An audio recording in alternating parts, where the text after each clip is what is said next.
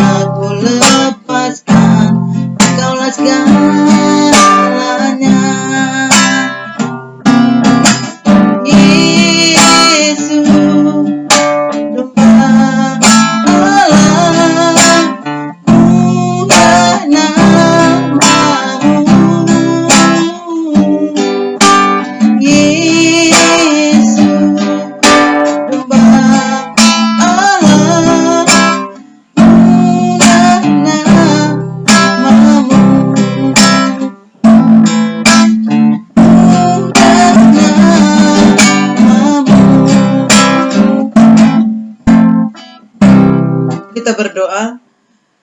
Terima kasih Tuhan buat segala kebaikan dan kemurahan-Mu bagi kehidupan kami. Kami sungguh bersyukur kepada Tuhan atas lawatan-Mu bagi tiap-tiap kehidupan kami. Terima kasih Tuhan. Kami serahkan waktu ini hanya ke dalam tangan-Mu. Biar kami Tuhan terdorong, bahkan peserta didik siapapun. Mari Tuhan Engkau berkati. Biarlah kami sungguh-sungguh bisa mengikuti pembelajaran ini. Terima kasih Tuhan. Serahkan waktu ini hanya ke dalam tangan pengasan-Mu. Dalam nama-Mu kami mengucap syukur dan berdoa. Amin. Kita akan membahas yaitu bab pertama, hidup beriman. Nah, berbicara hidup beriman, kita harus membahas dulu beriman itu apa, atau pengertian iman itu apa. Beriman berarti berpegang teguh pada keyakinan yang dimiliki akan suatu hal, karena hal itu dapat dipercaya dan diandalkan. Jadi beriman itu berpegang teguh, dan hal ini berarti kita menyadari keterbatasan kita, sehingga kita menggantungkan keyakinan kita, dan kita memiliki suatu prinsip bahwa yang kita yakini itu sungguh mampu menolong kita dan kita andalkan dia dalam kehidupan kita. Ya, hal ini hanya bisa dipahami.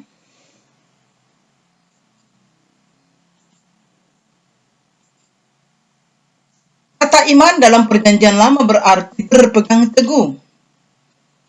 Beriman berarti berpegang teguh pada keyakinan yang dimiliki akan suatu hal, karena hal itu dapat dipercaya dan diandalkan. Demikian iman selalu berkaitan dengan percaya, juga tidak terlepas dari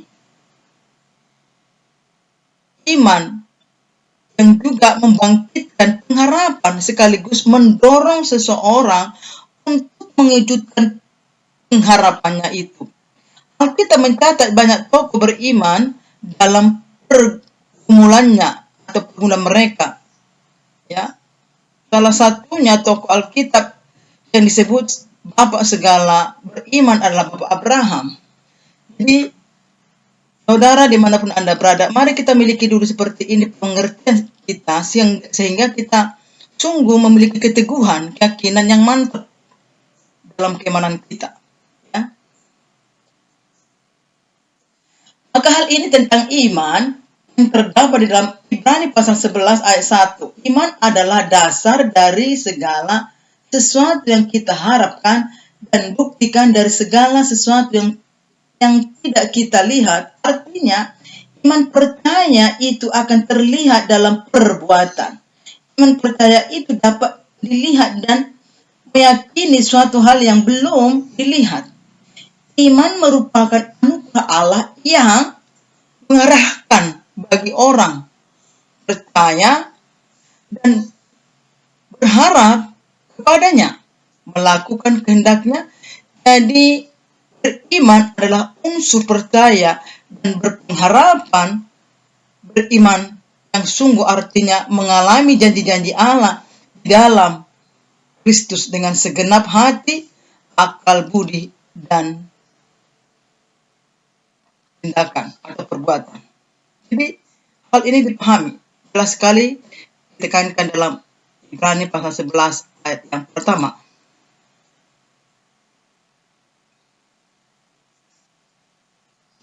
Maka kita membahas di poin yang bagian C, bagaimana beriman.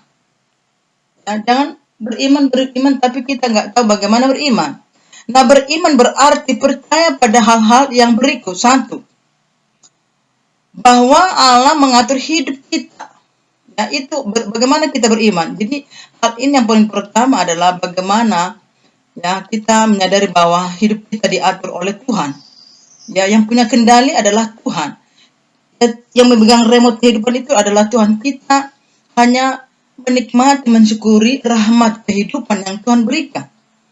Yang kedua, Allah menuntut pertanggungjawaban padanya, yaitu bagaimana kita hidup dan apa yang kita perbuat. Sekali lagi, Allah menuntut pertanggungjawaban kepada Tuhan, yakni bagaimana kita hidup dan apa yang kita perbuat. Jadi begitu bagaimana pemahaman tentang bagaimana kita beriman. Jadi bukan cuma seenaknya saja dalam hidup ini. Nantinya pun Tuhan akan menuntut pertanggungjawaban kita kepada Tuhan. Bagaimana kita hidup di dunia ini. Yang ketiga, Allah terlibat dalam hidup kita, mengasihi kita, Ia berinteraksi dengan kita, Ia menyelamatkan kita dari dosa. Ya, Tuhan menyelamatkan kita dari dosa melalui pengorbanan anak yang tunggal, ataupun Tuhan yang berkorban bagi kita. Kita bisa menyaksikan itu di dalam firman-Nya. Yang keempat, Allah memberi upah kepada orang-orang yang sungguh-sungguh mencarinya, yaitu keselamatan dan hidup baru. Jadi Allah memberikan upah. Jadi ya itulah hebatnya Allah kita, memperhitungkan perbuatan kita. Ada upah, apa upahnya? Ya keselamatan dan hidup baru. Jadi mari kita ya beriman sungguh-sungguh kepada Tuhan, karena ada upah keselamatan yang Tuhan sediakan bagi kita.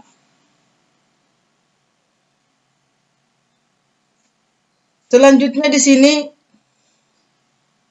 ya, yaitu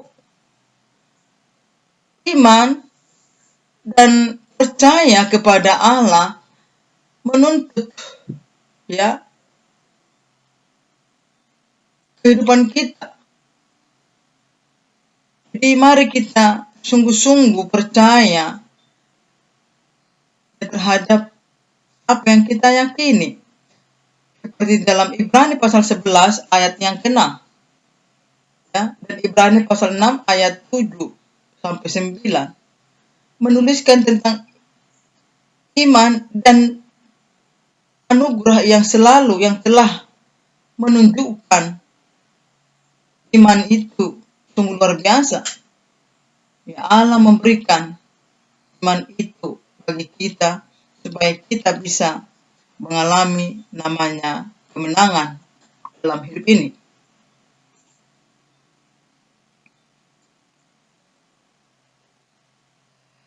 Hal ini kita bisa melihat, atau Anda nanti belajar dari beberapa tokoh, dan itu sudah sampaikan untuk penugasan, yaitu kita bisa belajar dari Nuh, Abraham, dan seorang perwira.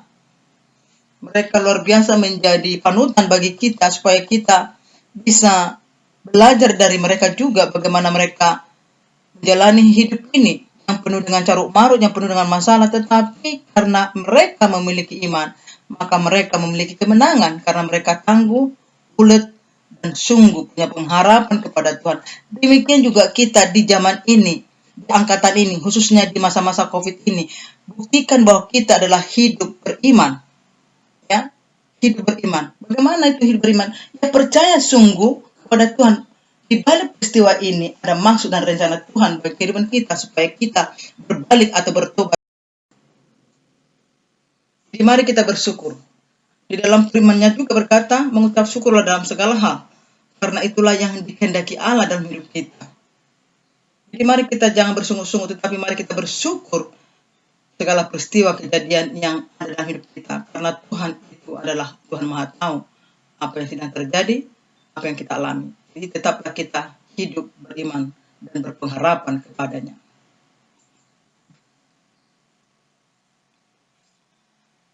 Ya, di sini juga ada seorang perwira dari Kapernaum, ya.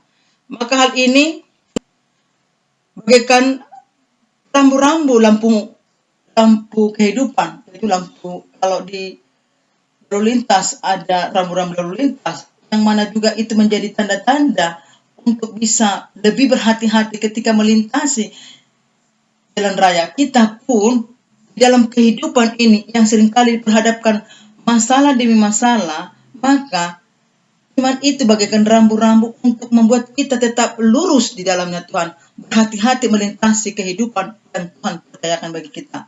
Di saat lampu merah, ya kita harus berhenti.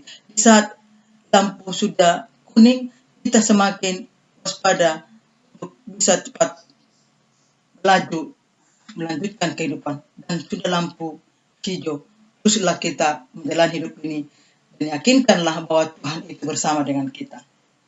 Oleh sebab itu, saudara yang terkasih dalam Tuhan, mari kita menyerahkan kehidupan kita kepada Tuhan lewat iman yang kita miliki. Percayalah, di balik semua peristiwa dalam kehidupan ini, yakinkanlah Allah turut campur tangan dalam kehidupan kita. Jangan pernah kita tergeser daripada keimanan kita, karena lewat iman itulah kita bisa berkemenangan untuk melewati masa-masa yang sukar ini. Demikianlah untuk pemaparan di materi ini. Kiranya saudara bisa mengikutinya dan memahaminya. Terima kasih Tuhan untuk perjumpaan ini. Kami sudah membahas bagaimana hidup beriman.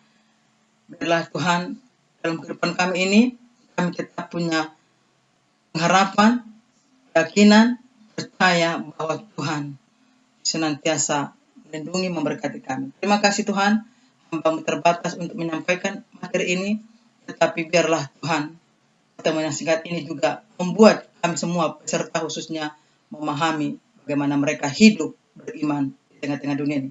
Terima kasih Tuhan, dalam nama-Mu kami bersyukur dan berdoa. Amin. Baik, demikian untuk pertemuan kita. Untuk penugasan sudah ada di pembahasan baik itu LKS dengan modul. Selamat berjumpa, Tuhan Yesus memberkati kita. Shalom.